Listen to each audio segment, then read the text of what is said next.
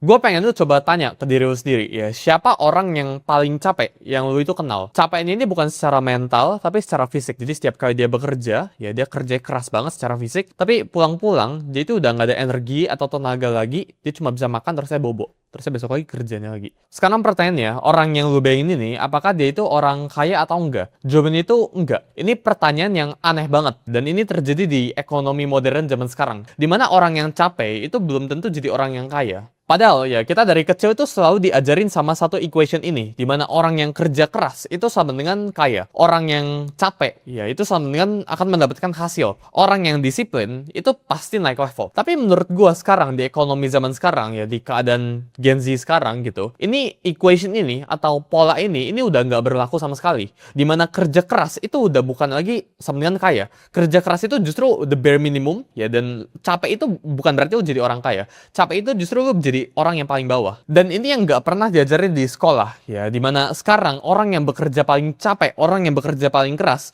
itu justru akan jadi orang yang paling stuck atau orang yang nyangkut di hidupnya. Dan sepanjang 7 tahun perjalanan gue ini ya, gue itu belajar baik banget tentang hasilin uang.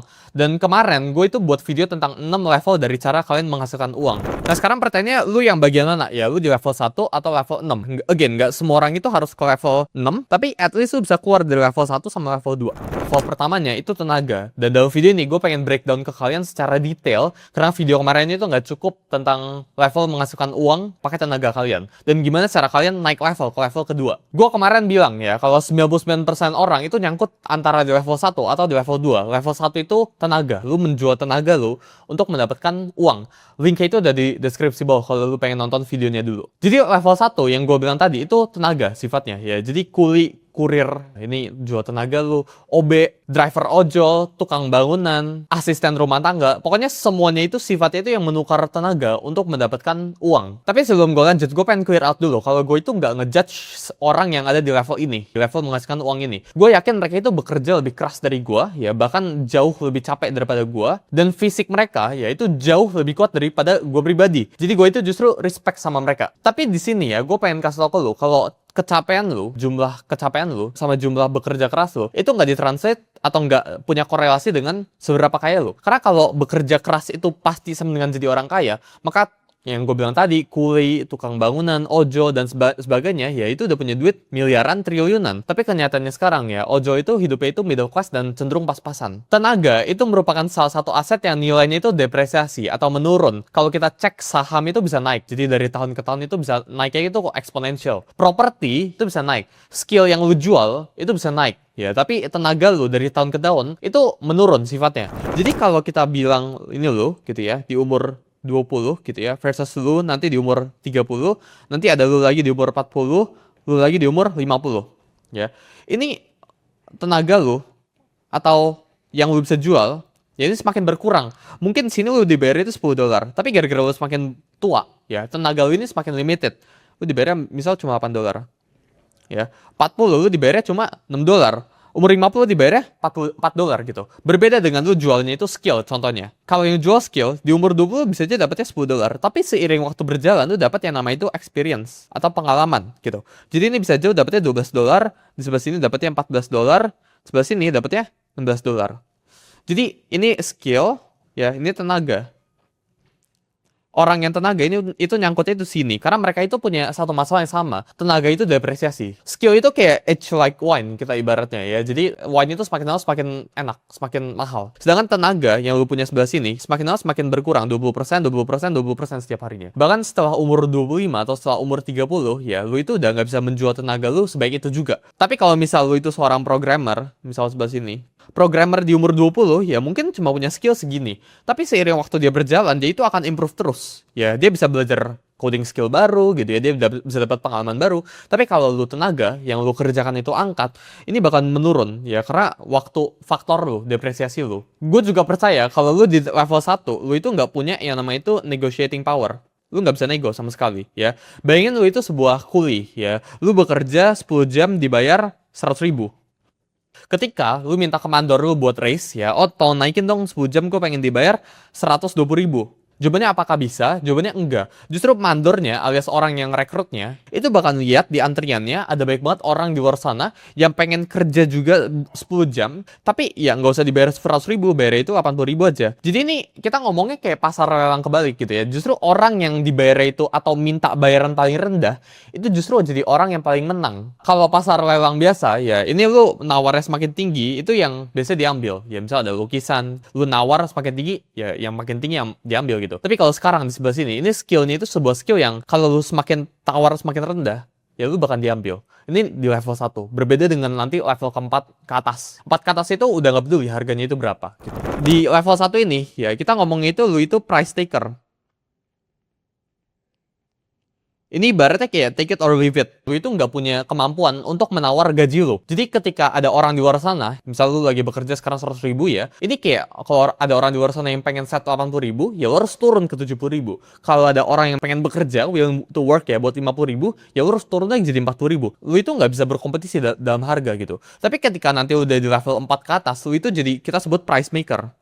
Lu itu yang ngebuat harganya, lu itu yang nentuin lu pengen dibayar berapa. Gue pengen lu tanya ke diri lu sendiri, kapan terakhir kali lu yang tentuin harga lu pengen dibayar untuk melakukan sebuah hal? Kalau jawabannya itu udah lama banget ya berarti lu masih di level 1 ini. Ya berarti harga lu itu masih ditentukan oleh orang lain, bukan sama diri lu sendiri. Di level 1 ya, ini lu nggak bisa bilang harga gue itu segini gitu ya. Di level 4 ke atas, ini lu bisa bilang harga gue itu segini. Dan orang lain itu nggak bisa nego sama lu. Tapi kalau level 1 ya, either yes or no gitu. Lu ambil atau enggak. Karena gue punya banyak banget demand di luar sana. Lu pengen kerja, ya buat dibayar 100.000, atau lu nggak usah kerja aja gitu. Itu level 1. Selanjutnya, orang yang berada di level 1 ini, itu berada di kurva substitusi. Ya, dimana orang-orang ini, itu sangat gampang buat digantikan. Kalau misal kita ngomong kuli, ya, ini besok juga bisa digantikan. Tapi, ya, orang yang misal tukang AC, ya ini bisa aja lebih lama. Ya, mungkin ini 2 minggu digantiin ya. Ini 1 hari mungkin besokannya. Kalau misal programmer, ya ini mungkin butuh skilled programmer banget gitu ya. Ini butuh 3 bulan. Programmer. Ya. Sedangkan misal business owner atau founder, ini nggak bisa digantikan. Gitu ya. Jadi semakin tinggi tiering lu ke atas, maka semakin tinggi bayaran lu. Dan semakin lu di atas sebelah sini, negotiating power lu itu semakin tinggi. Ini sama aja kayak kalau gue buat kurvanya kayak gini. Ini kan dari atas kayak gini, ini juga atas ke bawah kayak gini. Jadi ini tuh paling banyak demand-nya, ya paling baik supply-nya sebelah sini gitu ya. Tapi demand-nya sedikit, sorry. Sedangkan di sini, ya ini demand-nya itu baik banget gitu ya. Semua orang itu pengen bisa jadi business owner, tapi supply itu sedikit. Makanya bayarannya itu tinggi di atas kayak gini. Tapi kuli, ini bayarannya itu rendah. Demand-nya, supply-nya itu tinggi banget. Semua orang nggak bisa ngelakuin itu. Semakin gampang lu digantikan atau semakin baik supply-nya, maka semakin murah lu dibayar. Tapi semakin sedikit supply-nya sebelah sini, semakin tinggi bayaran lu. Lu harus belajar, tanya ke diri lu sendiri. Seberapa gampang buat lu digantikan? Kalau misal besok lu nggak ada, berapa lama buat atasan lu itu cari pengganti? Kalau jawabannya itu besok juga, berarti lu itu masih ada di level 1. Tapi kalau misal 2 minggu, oke lah, ini masih bisa gitu ya. Lu masih punya negotiating power dikit gitu. Tapi kalau misal lu nggak bisa digantikan sama sekali, berarti bayaran lu itu udah pasti tinggi banget. Gue beberapa minggu yang lalu ada ke China. Gue ikut bisnis tripnya bareng Pak Ahok. Dan gue di situ ya gue visit ke toko pabrik mobil. Mereka itu bilang mereka udah 98% automated. Dan setiap 8 jam atau setiap sesi mereka itu bisa hasilin kurang lebih 800 mobil per sesi. Mereka itu 98% automated dan mereka cuma punya 500 karyawan. Menurut gua, kita tuh sekarang udah tinggal di revolusi industri, di mana semuanya itu udah jadi automated. Misal gua gambar ke sebelah sini, ini ada sebuah kotak. Dulu buat pindahin kotak ini lu butuh 100 orang atau 100 tenaga. Sekarang ya, lu itu cuma butuh angkatan. Jadi misal ini angkutan gitu ya, kayak gini, ini rodanya ya. Nah gitu ya, dia ngangkatin buat kotak sebelah sini. Ini cuma butuh 1 orang yang operate. Ya, nah sekarang pertanyaannya ya, kita perlu pelajaran kan tuh perlu pelajaran ya dimana sekarang tenaga besar itu udah nggak sama lagi dengan hasil besar. 1 orang ini bisa mindahin lebih cepat daripada 100 orang yang dorong blok ini. Kenapa? Karena kita sebut ada yang namanya itu leverage. Nah sekarang orang yang berada di level 1 itu orang yang ada di equation sebelah sini gitu ya. Ini level 1 sama level 2. Sedangkan orang yang berada di level sini ini udah di level 3 atau bahkan 4 ke atas. Gitu ya. Jadi sekarang gue pengen kalian juga tanya ke diri kalian sendiri. Apakah tenaga yang gue habisin, energi yang gue habisin itu bisa dilipat gandakan. Ini merupakan solusi buat kalian. Kalau jawabannya itu nggak bisa dilipat gandakan ya, berarti lu tetap stuck di level 1 sama level 2 ini. Gue percaya ya orang yang level 1 ini yang menukar tenaga mereka untuk mendapatkan uang, ini punya satu masalah yaitu cognitive bandwidth. Dimana orang yang kerja 7 jam, 10 jam, angkat-angkat capek setiap hari, itu udah nggak ada tenaga buat belajar skill baru atau buat belajar something new. Jadi mereka pulang kerja jam 7 atau 8 malam, capek, ya makan, bobo. Terusnya besoknya bangun lagi. Jadi mereka terpaksa, mereka nggak bisa keluar dari circle yang kalau kita gambar kayak gini. Padahal yang mereka harus lakuin ya, mereka harus store sedikit energi ya buat mereka keluar, terusnya mereka belajar something new atau skill yang baru mereka bisa keluar dari lingkaran ini. Ada study ya dari Harvard sama Princeton, kondisi kemiskinan, kondisi hidup susah ya secara finansial, itu menurunkan IQ sebesar 13 poin. By the way, fun fact, 13 poin itu merupakan satu hari lu bekerja, satu hari lu nggak tidur, yaitu IQ bisa turun tuh 13 poin. Jadi level 1 itu punya implikasi kognitif kita ngomong ya. Ketika lu itu butuh energi buat atau tenaga buat keluar dari level 1 ini, dari piramida ini, misal lu dari level 1 ini ya pengen naik ke level 2, ya 1 pengen naik ke 2, ini kan lu butuh energi. Tapi energi lu ini udah abis duluan di level 1. Makanya kenapa menurut gua ya buat lu naik dari level 1 ke level 2, ini stepnya itu susah banget. Gue dulu juga sering percaya ya, kenapa nggak orang yang tukar tenaganya untuk mendapatkan uang ya mereka sisihin sebagian besar waktunya buat belajar skill baru. Setelah itu mereka belajar skill baru, mereka tinggal quit dari jobnya, cari pekerjaan baru. Dulu gue mikirnya kayak gitu. Tapi kenyataannya ya orang yang menukar tenaganya untuk mendapatkan uang, mereka itu udah keburu capek duluan setelah mereka pulang kerja.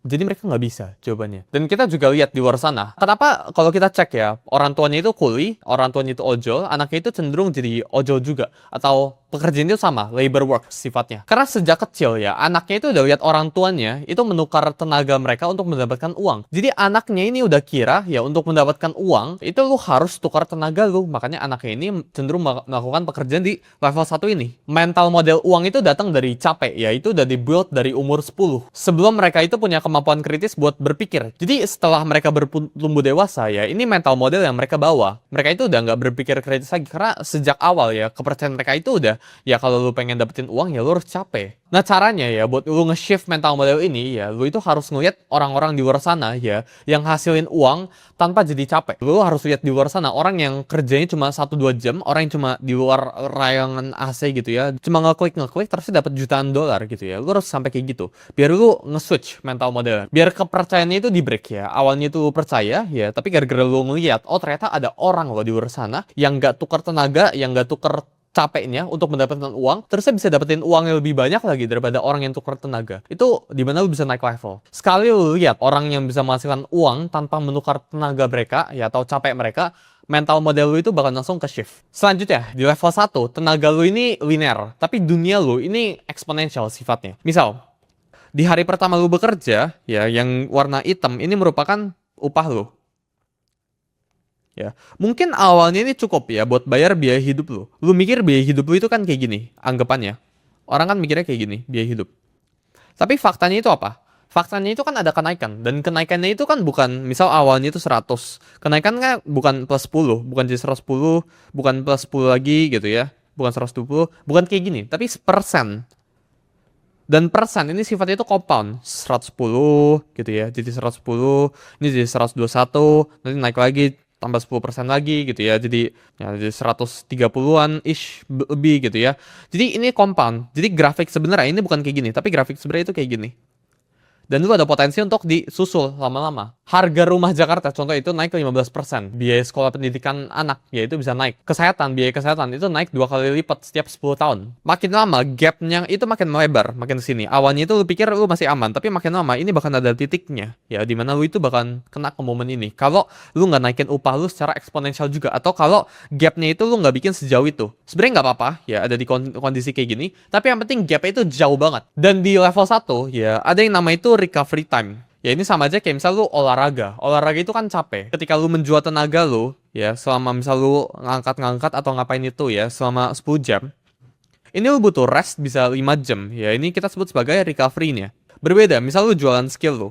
Skill lu ini misal lu nulis 15 menit atau ngapain pun itu. Recovery-nya itu nggak selama itu. Jadi ketika lu ada di level 1, ya recovery time lu itu sangat-sangat lama. Nah, tapi sekarang ya pertanyaannya, apakah ada orang yang di level 1 ini tapi tetap kaya? Jawabannya itu ada. Kita lihat kayak lu lihat Ronaldo, lu lihat Messi, lihat orang-orang yang menukar tenaga mereka untuk mendapatkan uang, mereka itu orang kaya. Jadi level 1 ini bukan berarti kalian 100% semua yang di level 1 ini miskin gitu. Tapi orang yang ada di level 1 ini ya, mereka itu harus punya tenaga plus scarcity. Ya, alias kelangkaan. Harus langka tenaganya. Misal, tipe main tenaganya itu orang yang main sepak bola. Itu kan tenaga, basically. Yang lu jual itu kan tenaga lu. Lu jual performance lu. Nah, ketika lu itu menjual something yang semua orang nggak bisa. Misal gue badminton itu gue bisa tepok bagus bolanya. Dan 99% orang itu nggak bisa. Gue ada scarcity. Dan gue bisa dibayar. Jadi kalau kita gambarin grafiknya, sebelah sini. Ini kan level 1. Level 1 ini juga ada piramida juga. Kalau lu pengen jadi level 1-nya, lu harus jadi level 1 di top 1% sebelah sini. Jadi apakah lu bisa jadi kaya? Jawabannya bisa, lu bisa jadi kaya. Yang kalian perlu pahamin ya, tenaga itu merupakan sebuah investasi, bukan produk. Jadi setiap kali lu menghabiskan tenaga lu harus tanya ke diri lu, apakah tenaga yang gua habisin, ya ini gua pakai buat belajar skill, atau gua pakai buat mencari uang. Investasi tenaga, ya lu itu pakai tubuh sehat lu buat belajar skill baru, ya buat baca buku, buat nonton podcast, buat datang ketemu orang gitu ya, belajar something gitu ya, datengin event, dan sebagainya. Sedangkan orang yang menghabiskan tenaganya, ya alias mereka invest tenaganya atau jual tenaga itu buat langsung something, langsung jadi ojo dan sebagainya, by the way itu tetap ya nggak salah, itu bakalan terus repeat dalam, kita namain aja red cycle gitu ya, mereka cuma muter-muter di situ terus aja. Jadi buat tutup ya, tenaga lu itu harus diinvestasikan, buat dihabiskan. Lu harus lihat tenaga lu itu sebagai modal lu dan segera keluar dari level 1 naik ke level 2.